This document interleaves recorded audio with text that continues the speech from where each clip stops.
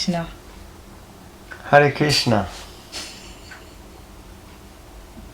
Welcome everyone to Bhagavatam Bites, where we read a little bit of the Bhagavatam and we discuss, which is what Srila Prabhupada wanted devotees to do with his books, and especially Grihastha couples should try to come together and read and discuss the Bhagavatam together. Or you can do it with your kids, you can do it with your friends and family, in-laws, outlaws, like that. So, where are we? Canto 3, Chapter 33, Text 27. Om Namo Bhagavate Vasudevaya. Om Namo Bhagavate Vasudevaya. Om Namo Bhagavate Vasudevaya.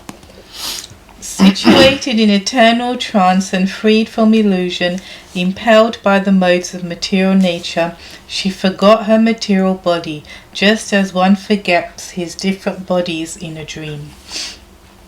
Prabhupada, a great Vaishnava, said that he who has no remembrance of his body is not bound to material existence.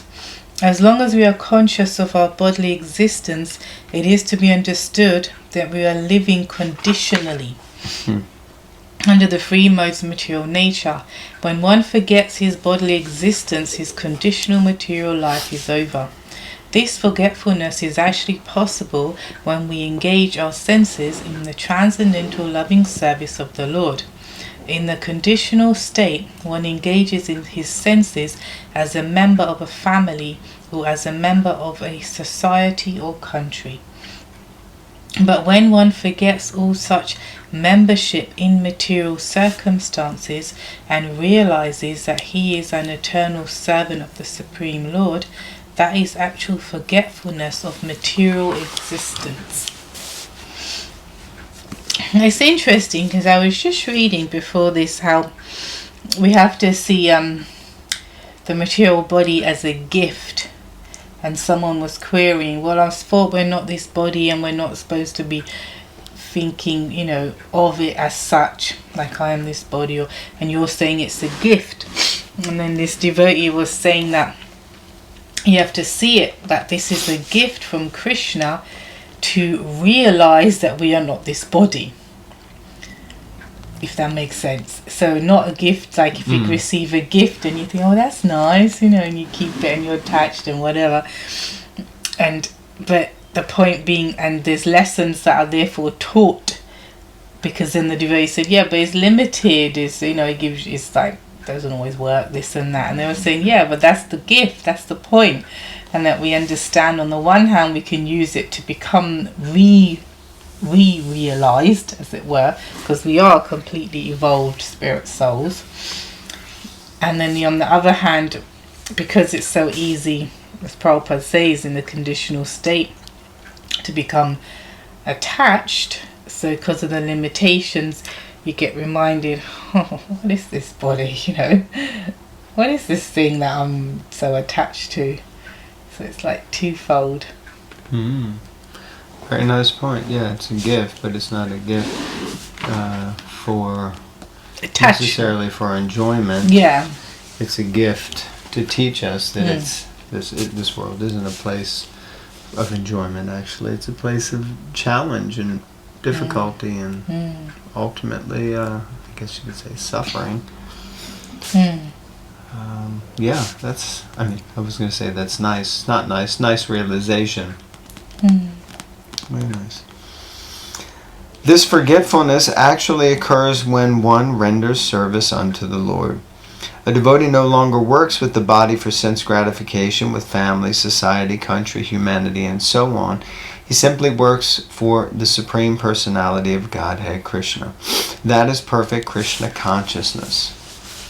I was just talking with some devotees, and we were discussing about, we were discussing about preparing for the future and how a lot of times previously in the movement there wasn't really a mood of preparing for the future, and of course Bhaktisiddhanta, it's described, he used to keep the temples in debt at the end of the month. He wanted a zero balance kind of thing, and excuse me, and so there was this tendency to live for now. And as I'm reading this, I'm thinking, this is that mood, forget your material body, don't plan for the future, don't get caught up in material things, and what does it say, this forgiveness is actually possible when one engages our senses in transcendental loving service. But I'm thinking, if we're doing it for our sense gratification, then it's one thing. But if we're doing it as a means to kind of look after, you could say, our family, but as a service to Krishna. And of course, I think you said in one reading recently, there's a fine line. And it's true. At the same time, it just seems like, are we doing ourselves a disservice? Are we doing a disservice to the family if we kind of push or force them to be in a space where they're not comfortable, they're not inspired, they're not actually happy being in that space? So sometimes it's not exactly for sense gratification, but just to have a stable mentality or a stable consciousness where you're not distressed. And the material world brings enough distress anyway. I don't think we need to add to it. Whether we volunteer for it or not, there's going to be distress in the material world.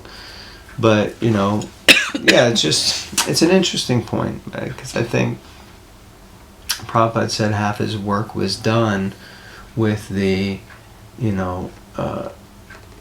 but the 50% remaining was the development of Varnashram. And he said, we need to develop Varnashram because everyone will not be on this platform, which is being discussed here, where I just forget my material body and I'm so absorbed in loving service of Krishna that I don't care about anything else.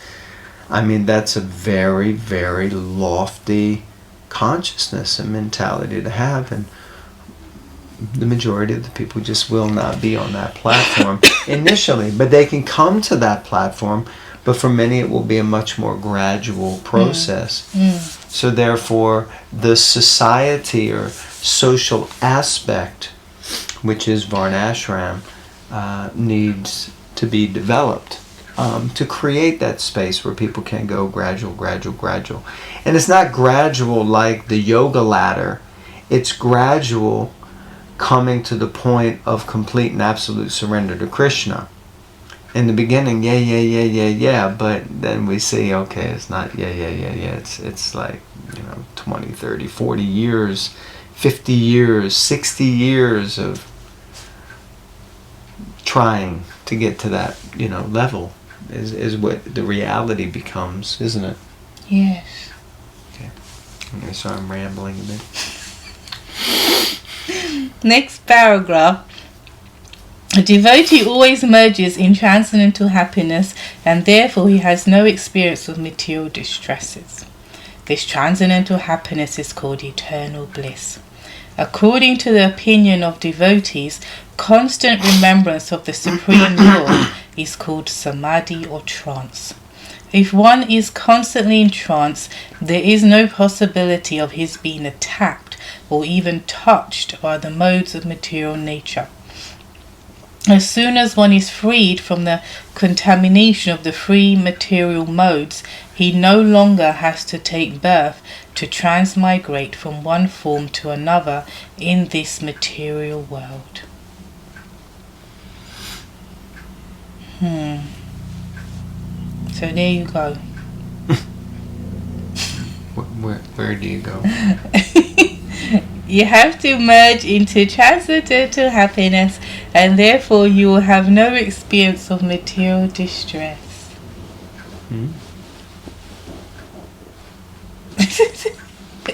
As simple as that sounds. Sometimes, unfortunately, it's the transcendentalists that give you the distress. What if it's us that gives us the distress?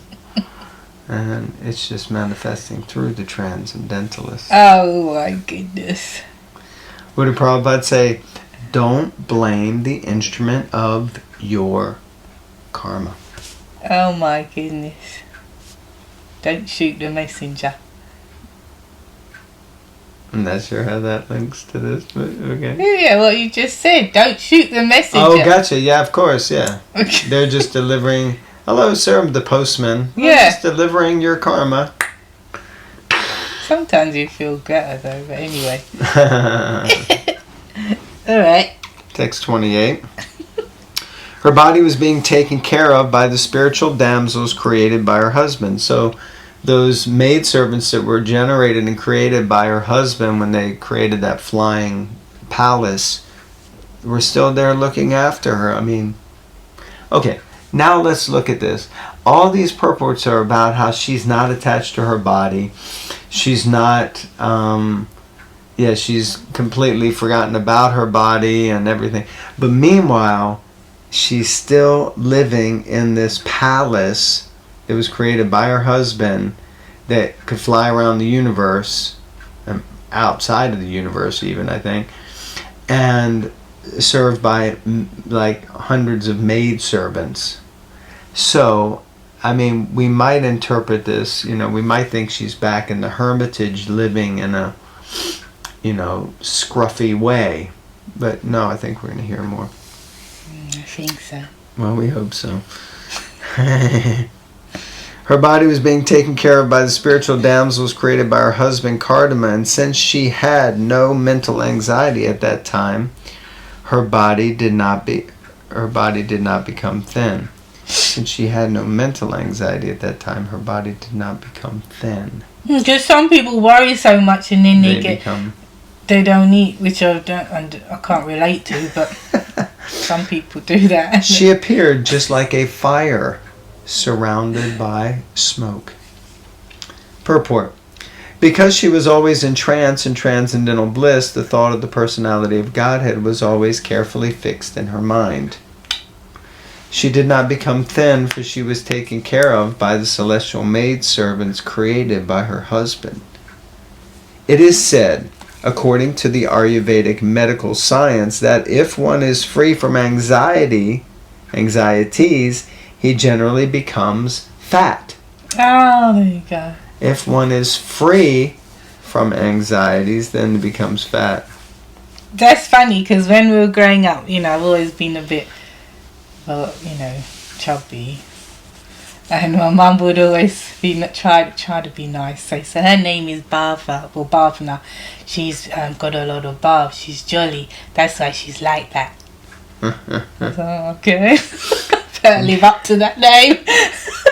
Devahuti, being situated in Krishna consciousness, had no mental anxieties, and therefore her body did not become thin. I mean, it doesn't exactly say she became fat. She became like a big, large butt, Mm-hmm. So, no, I mean, it doesn't say that either. But it is customary in the renounced order of life that one should not take any service from a servant or maid. But Devahuti was being served by the celestial maidservants. This may appear to be against the spiritual concept of life, but just as fire is still beautiful even when surrounded by smoke, she looked completely pure, although it seemed that she was living in a luxurious way. Now, I rest my case. Really? This is powerful. Oh. Have you got something to add? Excuse me? Please elaborate. Well, you see, things are not always as they may appear externally. So, she was still living in the palace. She was still served by the maidservants. Prabhupada takes the time to point out that this may look one way, But fire, even covered by smoke, is still beautiful. So she's obviously still taking this service of these maid servants on, but because within herself she's attached to Krishna, okay, so no problem, she's being served, she isn't becoming emaciated and becoming thin, but she's still beautiful, and that bhakti is still coming through, that Bhava Bhakti still coming through. And also the way I read it was, it says she looked completely pure, although it seemed that she was living in a luxurious way. I also read it like people, we tend to judge how a spiritualist or someone who is a fixed up devotee should look. They should have odd socks and scruffy dhoti and live in semi-poverty, and so that means you're renounced. It just means you're scruffy and wear odd socks. Oh my Lord. No, just saying. So we tend to very quickly judge when we see people. I mean, it may how be they that look, you're also renounced, but I mean, Prabhupada said first dress, then address. Yeah, so I'm saying it's not. No, I'm saying no. I agree. So my point is that we can, when you're immature, you can artificially renounce and act in a certain way. But my understanding after the short years I've been in Krishna consciousness is it's a matter of the heart. And bhakti is within, and it's how much love we're developing. And you can be a millionaire, you can be Jay Shetty, you can be High Court judge, or you can be just a dinner lady, you can be working in Sainsbury's. It don't matter. It does not matter. But we can judge like that, and we do it all the time. Oh, that one sat on the Vyasa in the temple, so surely they're far better and living far more renounced than that one who just comes for the festivals or turns up on Sunday for the feast. Like that. Yeah, meanwhile, every moment that they're away, not at the temple, they're meditating on the temple, they're thinking about Krishna, they're doing their chanting, it's hard to judge a book by its cover. Okay. Absolutely. Is there time for one more? Should we? I think we should conclude. What do you think? Or shall we just pause and wait until... I think... Alright, let's text 29. What? Yeah, is it 29? Okay. Because she was always absorbed in the thought of the Supreme Personality of Godhead, she was not aware that her hair was sometimes loosened or her garments were disarrayed. Purport. In this verse, the word Daiva Guptam, protected by the Supreme Personality of Godhead, is very significant. Once one surrenders unto the service of the Supreme Lord, the Lord takes charge of the maintenance of the devotee's body, and there is no need of anxiety for its protection. It is said in the second chapter, second canto of Srimad Bhagavatam, that a fully surrendered soul has no anxiety about the maintenance of his body. The Supreme Lord takes care of the maintenance of innumerable species of bodies. Therefore, one who fully engages in his service will not go unprotected by the Supreme Lord. Devahuti was naturally unmindful of the protection of her body, which was being taken care of by the Supreme Person. So this is a very high level, though. I need to stress it. I think you have to be careful when you read like this and don't do my hair, don't put my clothes on properly and go to the temple because back to yoga. You have to be careful. This is a high level of where we have transcended the bodily needs and they have been reduced to quite a minimal amount. I would say, like the Goswamis having buttermilk, staying awake 20 hours a day, and to that extent Krishna will make sure their devotees are looked after. And we see examples of that with the Goswamis and other personalities in Vrindavan, where Krishna comes in disguise and brings some food, or Radharani comes with some buttermilk, and they realise it afterwards, like that. Don't mean we neglect the bodily needs and otherwise and wait for Krishna or Radharani with the buttermilk, because we might be waiting a long time. I mean, just the other day we read the verse Yukta Hara Viharasya Yukta Chetasya Karmasu. So that means that we have to be regulated, and that regulation may naturally reduce, and it should be something that is kind of natural. Yes, not something organic. That's forced, Yes. not something that's artificial.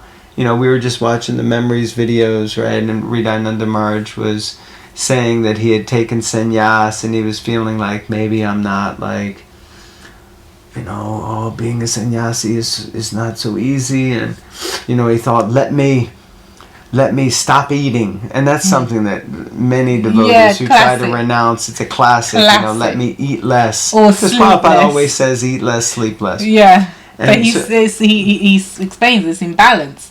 And the Bhagavad Gita, not too much, it says, and not too little. The key is balance. Yeah. But yeah. So he was saying how he was, you know, fasting and trying to reduce his eating, and, you know, and Prabhupada one day called him for something, and then he was walking and he saw sitting on the radiator was this big plate of like Mahaprasadam. And Prabhupada looked at the plate of Mahaprasadam, and he looked at Hridayananda Maharaj and he said, you should eat all of that. And like, he didn't tell Prabhupada, but Prabhupada knew, you know, he could probably see. And he knows, these are my young disciples. My goodness, I've asked them to take sannyas. I'm asking them to be renounced. I'm trying to start this movement with these young boys, you know, and I'm asking them to do so much. And he could see they're trying. And he said, but basically what you need to do, mate, is go and eat that old plate of prasadam and be happy. And he did. And he did. Well, when the spiritual master orders, especially God, if Prabhupada tells you, and inside he was probably thinking, man, I would like to cane that plate of prasadam. And Prabhupada said, me too. Do it. No, it reminds me, remember many years ago, I should say, when we were serving somewhere, and then someone was saying they got to change the menu for the temple residents. Oh, it was nasty, and it was like quinoa with just quinoa. Well, I liked it myself. No, there was not even salt. If you want salt, was on the side. It was plain. I mean, it was all terrible things.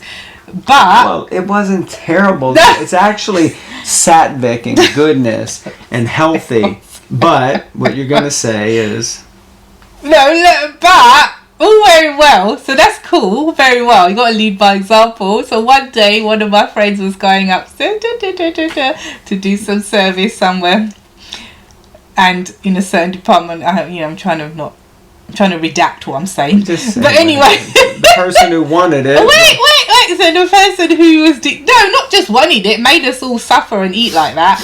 They were there with a big plate of maha halwa, and we weren't allowed salt, sugar, any pleasure in life, food wise, for the breakfast in the morning. I mean, for the residents, and then that was the end of that. Then their menu over. They were sitting there. It was a big plate of maha halwa. It wasn't just halva either. I think it was halva and curd sabji. Oh my days! I didn't know about that. I just had the halwa. Yeah, but it's a full maha breakfast. You know? Oh my god! Okay. There you go. Anyway, there you go. So the point is, don't artificially renounce. That's the point.